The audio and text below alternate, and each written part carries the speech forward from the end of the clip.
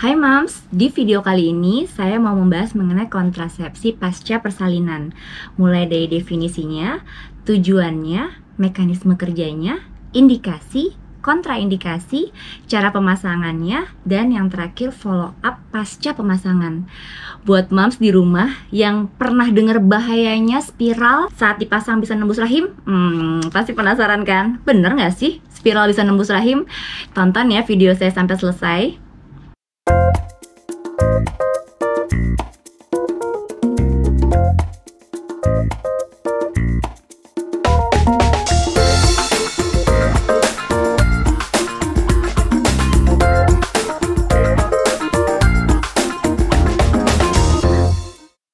Hai, saya dengan Dr. Vita Mauli. Ketemu lagi nih di sesi kesehatan perempuan. Kali ini saya mau membahas mengenai kontrasepsi pasca persalinan. Nah, definisinya dari kontrasepsi pasca persalinan adalah semua kontrasepsi atau metode kontrasepsi yang dipilih sama ibu hamil pasca melahirkan. Bisa langsung dipasang atau dipilih, bisa 48 jam atau kurang dari 48 jam, atau mungkin setelah masa nifasnya selesai.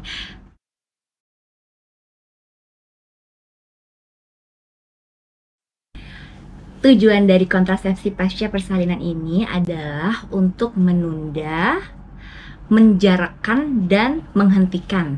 Jadi, kontrasepsi yang kita pilih pasti kita sesuaikan sama apa tujuan dari Mams dan pasangan Mams.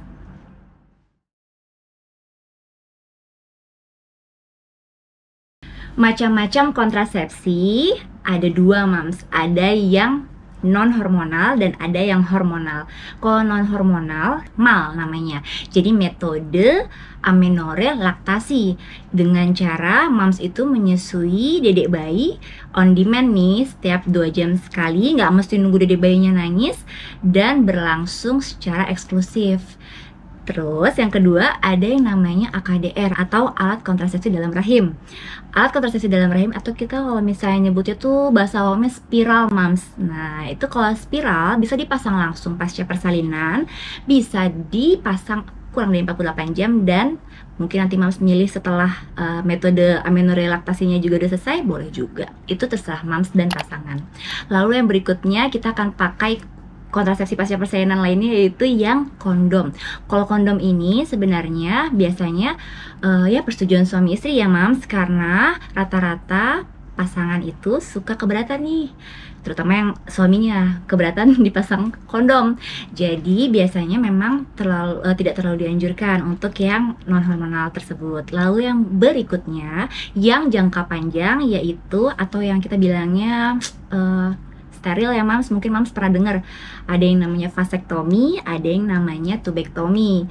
Nah, itu yang non hormonal Mams. Kita masuk ke yang hormonal ya. Kalau yang hormonal itu ada beberapa. Mams mungkin sering dengar soal pil atau mungkin sudah familiar pil hormonal.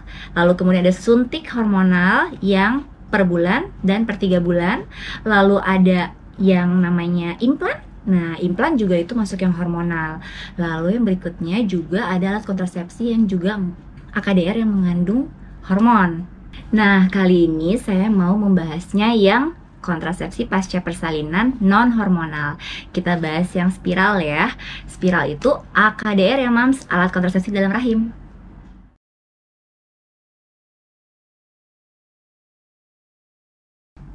Mekanisme kerja dari spiral adalah menimbulkan radang yang steril atau reaksi inflamasi yang steril pada rahimnya Mams.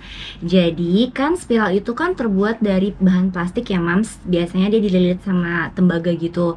Ukurannya kecil banget, dan biasanya dipasang, misalnya ini rahimnya Mams ya, dipasangnya persis di puncak rahimnya. Di sini Mams.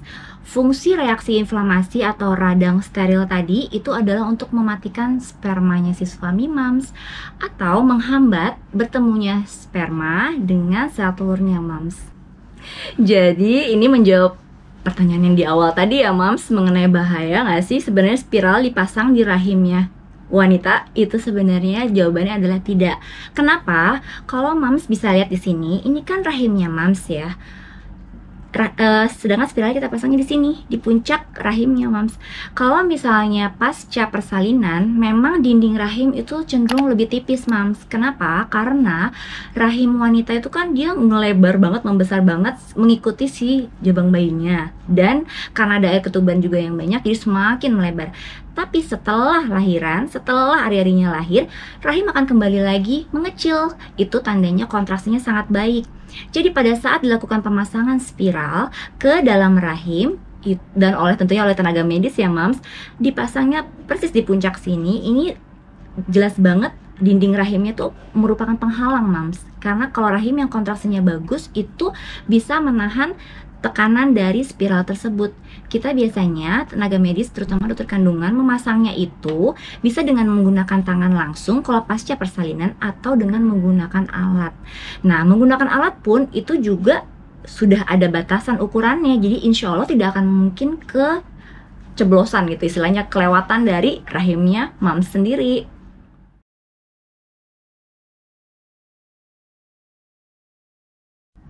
Indikasi dan kontraindikasi dari pemasangan spiral. Kita bahas indikasi dulu ya, Mams. Yang pertama adalah sangat diindikasikan untuk wanita-wanita atau Mams di rumah yang suka lupa nih. Misalnya memilih untuk kontrasepsinya yaitu pil yang dimana harus diminum setiap hari di jam yang sama kalau bisa. Tapi Mams suka lupa, misalnya lupa minum sehari atau misalnya lupa minum di jam yang sama. Nah, itu sebenarnya sangat diindikasikan karena dengan pemasangan spiral itu sebenarnya membuat lebih efektif, Mam cuma pasang sekali, paling kontrol setelah pemasangan seminggu, setelah itu bisa kontrol per tahun. Jadi nggak yang harus setiap hari minum. Jadi buat Mams yang nggak disiplin, boleh lo pilih spiral. Yang kedua, kembali ke tujuan dari kontrasepsi. Ada 3 tadi ya: menunda, menjarakkan, dan menghentikan. Kalau Mams di rumah berencana untuk menunda, misalnya karena habis operasi sesar, butuh minimal paling nggak 2 tahun lah untuk hamil berikutnya lagi, boleh banget pilihnya apa? Pilihnya spiral. Karena kalau spiral itu kembali lagi pemasangannya bisa lama banget, Mams, bisa 5-8 tahun. Mams nyaman banget. Jadi untuk berhubungan dengan suami juga nyaman, nggak terlalu kepikiran. Lalu yang berikutnya juga Mams nggak takut kayak kebobolan gitu loh, Mams. Nah, itu lebih menjadi pilihan. Kenapa sangat disarankan untuk milih spiral. Berikutnya lagi buat Mams yang punya masalah berat badan nih. Misalnya, dok saya disarankan katanya pilih KB yang tidak membuat saya makin gemuk, kalau kata suami saya. Nah, biasanya kami akan memberikan pilihan salah satunya spiral, karena spiral itu tidak ada hormonalnya, Mams. Jadi buat Mams di rumah yang memang lebih gemuk nih dibandingkan yang lainnya, sebaiknya pilihnya yang non hormonal, spiral salah satunya. Lalu kemudian untuk Mams yang punya masalah vaskular atau darah tinggi nih, Mams, bisa dari sebelum hamil atau saat hamil. Itu sangat disarankan sekali, Mams, untuk tidak menggunakan kontrasepsi yang hormonal, dan bisa salah satunya memilih spiral, karena kembali lagi spiral tidak mengandung hormonal sehingga aman untuk Mams. Dan yang paling penting banget nih, yang paling menjadi pikiran banget nih buat Mams yang baru melahirkan, saya mau menyusui eksklusif, dok, saya mau menyusui 2 tahun full. Wah, pengen banget nih saya memberitahu Mams, nggak semua Mams tahu loh bahwasanya spiral itu sangat menjadi pilihan untuk Mams yang pengen ASI eksklusif. Kenapa? Kembali lagi karena tidak ada hormonal sehingga membuat tidak ada tuh pengurangan dari produksi ASInya. Sedangkan kalau Mams pilih kontrasepsi yang hormonal, itu bisa membuat produksinya berkurang. Gitu, Mams. Kalau untuk kontraindikasinya, saya mau bahas kontraindikasi ini penting banget nih buat Mams di rumah. Harus ingat lagi tadi mekanisme kerja dari kontrasepsi spiral. Kontrasepsi spiral itu adalah menimbulkan reaksi inflamasi, Mams. Reaksi inflamasi atau reaksi radang yang fungsinya kembali lagi mematikan sperma dan menghambat sperma ketemu sel telur. Kalau Mams punya masalah keputihan atau penyakit radang panggul, suka nyeri kencingnya atau misalnya nyeri pinggangnya, itu juga sangat tidak disarankan untuk pemasangan spiral.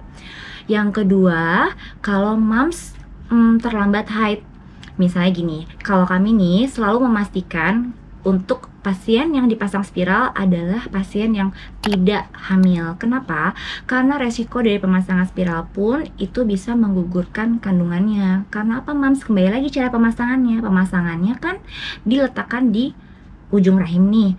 Nah, gimana dede bayinya mau nempel ke rahim, Mams, kalau ada spiralnya?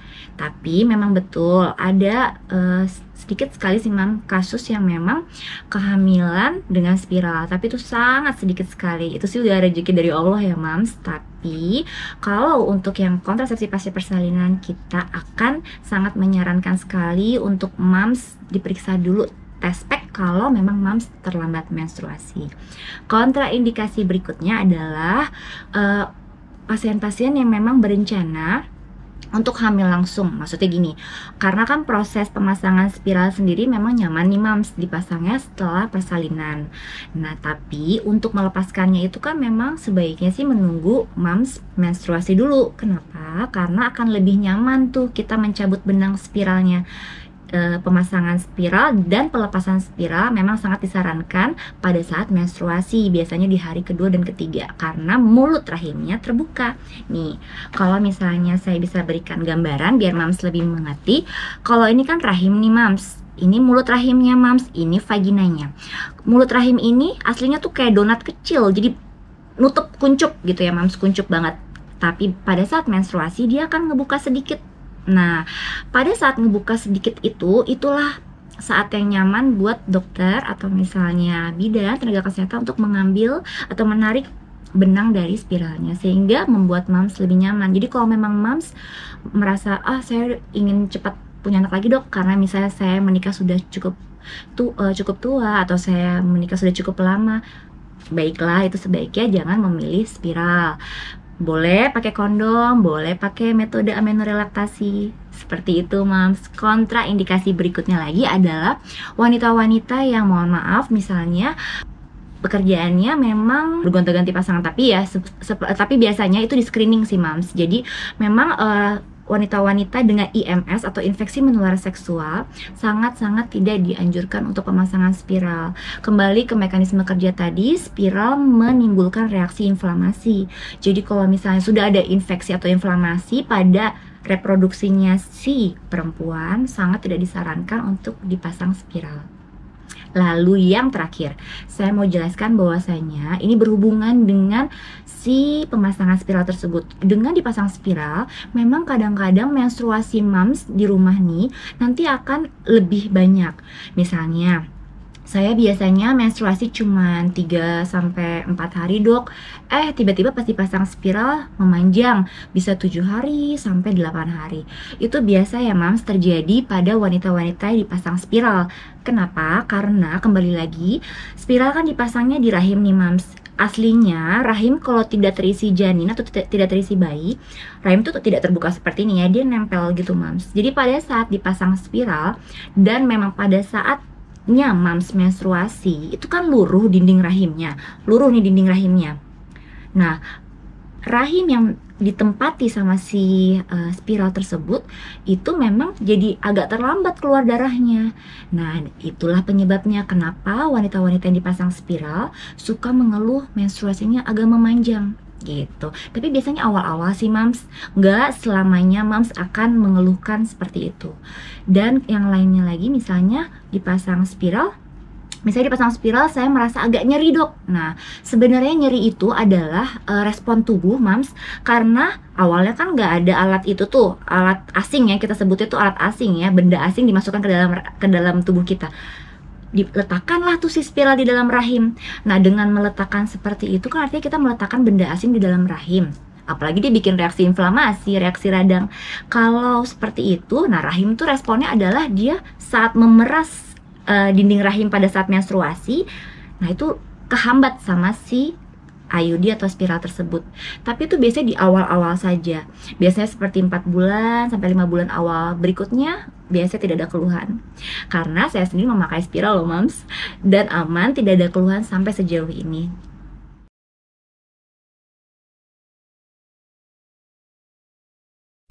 Cara pemasangan spiral itu ada 3 waktu.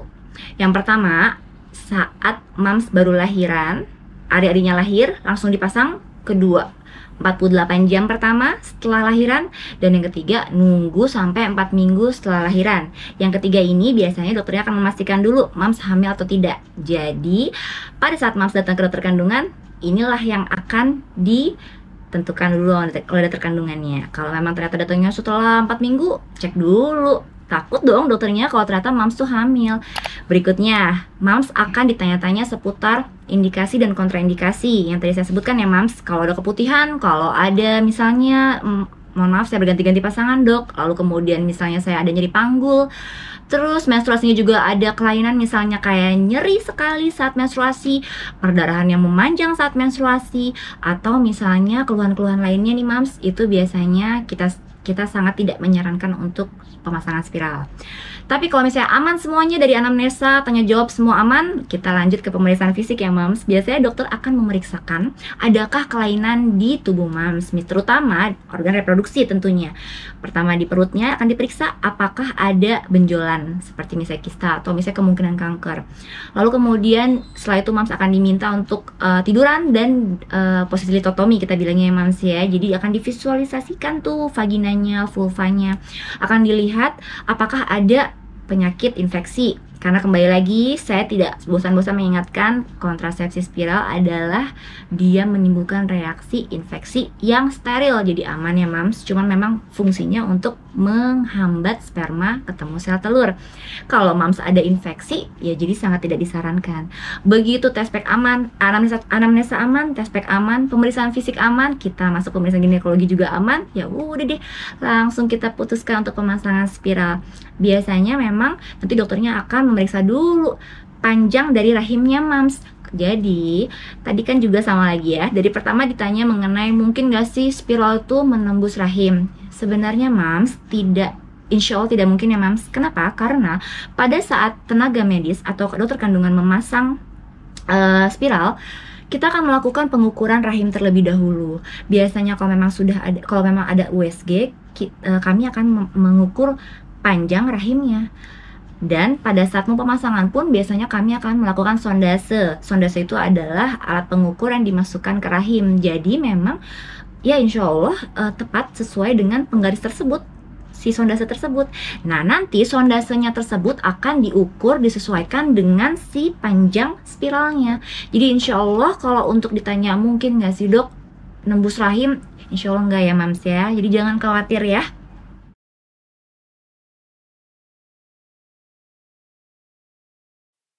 Kontrol spiral pasca pemasangan. Nih, banyak yang bertanya, kapan kita harus kontrol spiralnya, Dok?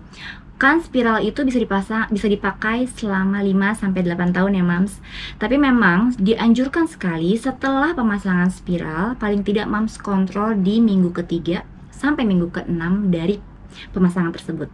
Sebenarnya fungsinya mams lebih ke untuk evaluasi. Pertama, kita akan lakukan evaluasi USG dulu mams.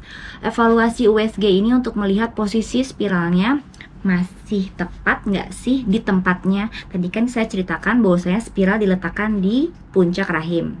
Nah, pengen lihat dari USG-nya apakah tetap di puncak rahim atau dia turun.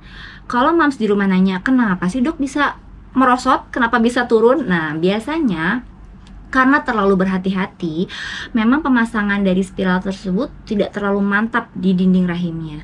Karena apa? Karena misalnya mamsnya pada saat pemasangan tidak nyaman atau merasa ketakutan, atau yang kedua memang pada saat pemasangannya pasca persalinan.